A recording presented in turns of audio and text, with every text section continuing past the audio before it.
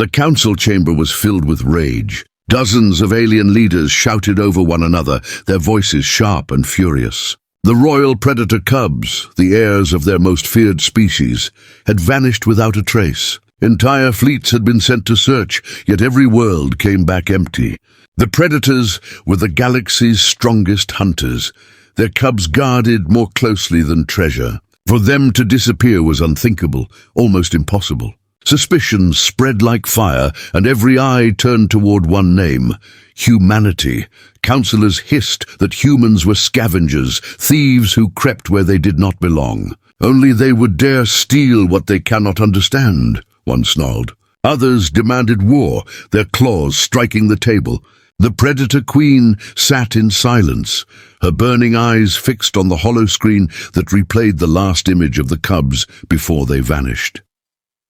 Then the chamber went dark. A live transmission cut through their systems, hijacking every display. Static cleared, and a lone human soldier appeared. His armor was battered, his face calm, his gaze steady. And there, clinging to his shoulder, were the missing predator cubs, alive and unafraid. Gasps and roars shook the hall. The queen rose to her feet, her voice trembling with fury. "Explain this." "Human." The chamber shook with noise as the alien council erupted, their voices colliding like thunder. Some demanded the human be executed on sight, others shouted that it was a trick. But none could deny what they saw.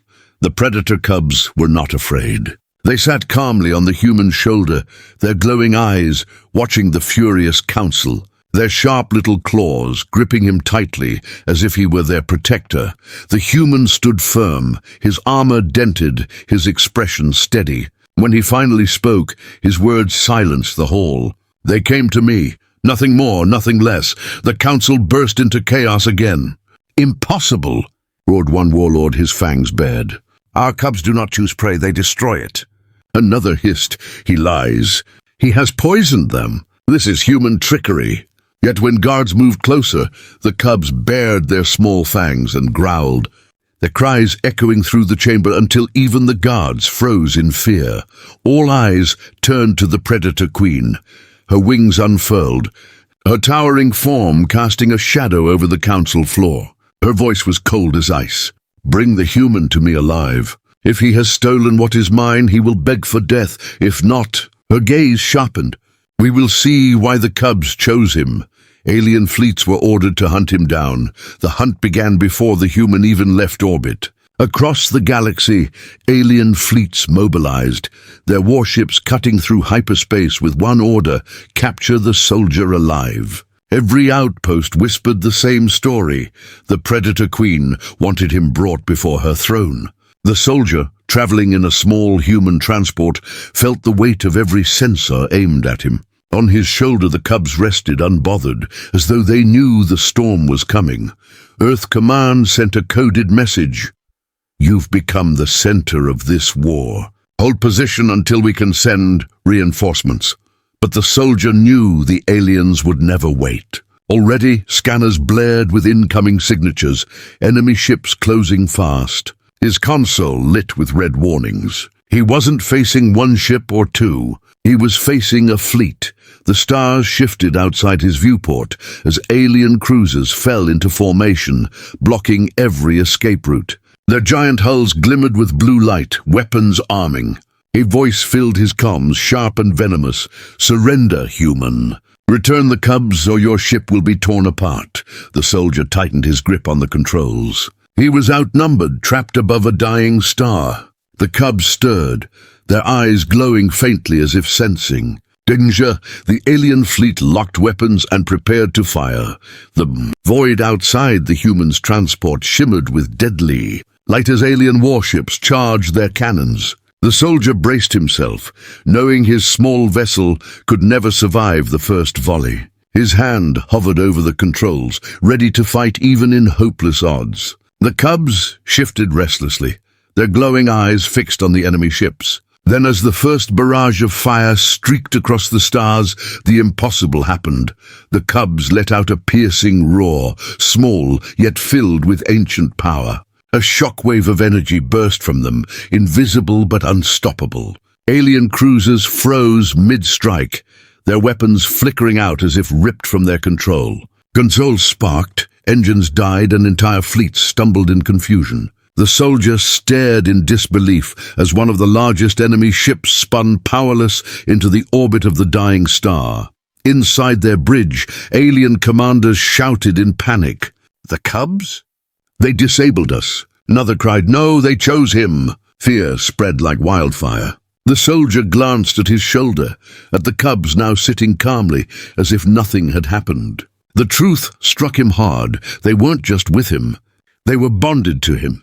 His comms crackled again, this time with a chilling message. "Return them, human, or Earth itself will burn." The soldier's jaw tightened as the threat echoed through his comms, the words cold and final. "Return them or Earth will burn." He sent the transmission straight to Earth Command, every detail relayed with urgency. Within minutes, the reply came back across the void, firm and resolute. "If they want war, they will see what humanity has built." Far above Earth, the void lit up as humanity's fleets came alive.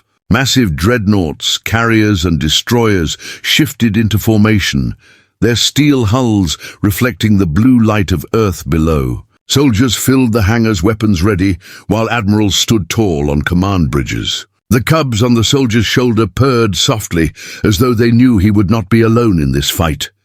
Meanwhile, the alien council met in secret. Some argued to destroy the human before his kind grew bolder.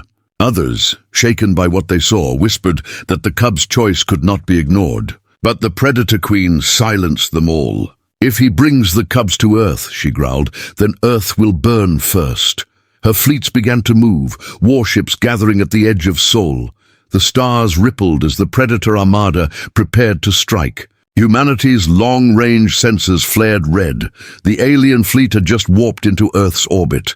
The skies above Earth filled with shadows as the alien fleet tore out of hyperspace. Colossal warships blotted out the stars, their spiked hulls bristling with weapons aimed at humanity's homeworld. Across every city on Earth, sirens wailed as civilians looked up in terror, watching the alien armada eclipse the heavens. But humanity did not bow. The Terran defense fleet moved into position, row after row of dreadnoughts and cruisers, forming a shining wall around their planet. On every bridge, human soldiers stood ready, their faces hard with resolve. From orbit, Earth's blue glow shone behind them, a reminder of what they fought for. The Predator Queen's voice cut through the comms, her tone sharp and venomous. "Return the Cubs, human. Return them or your planet will be ash." The soldier appeared on the screen, calm and unshaken. The Cubs clung to him, their small eyes blazing with defiance. "Earth doesn't kneel," he said simply. The words struck like thunder. On her throne ship, the Queen's wings spread wide, her claws curling into fists. "Then you have chosen war." Cannons on both sides roared to life, the silence of space breaking with the thunder of 1,000 weapons. The Cubs roared in unison, their voices shaking the void, just as the first blast lit the battlefield above Earth. The first volleys split the heavens apart. Alien dreadnoughts unleashed streams of plasma, carving through the void like burning rivers. Earth's warships answered with precision fire, their cannons flaring bright, tearing into alien cruisers with ruthless accuracy. The battle over Earth became a storm of fire, wreckage, and thunder. On the human flagship, admirals barked orders as the fleet held its ground. "Hold the line. Earth stands behind us." Across the decks, human soldiers fought with grim focus, knowing every shot meant survival. Still, the alien fleet pressed harder, their numbers vast, their weapons ancient and deadly. Then, the Predator Queen's colossal flagship appeared, larger than any other vessel, its black hull glowing with crimson energy. She stood on her command bridge, her eyes locked on the transmission of the human soldier. "Return them to me," she hissed. But the Cubs clung tighter, curling against the human's armor, growling at their own queen. For the first time, her face faltered. Shock spread across her ranks. How could the heirs of her species turn against her? Murmurs rippled through the alien commanders, hesitation breaking their fury. The queen raised her claw, ready to command fire, But her own fleet hesitated, unwilling to strike while their future heirs chose humanity. The battlefield hung in silence, fleets locked in place, weapons charged but unmoving.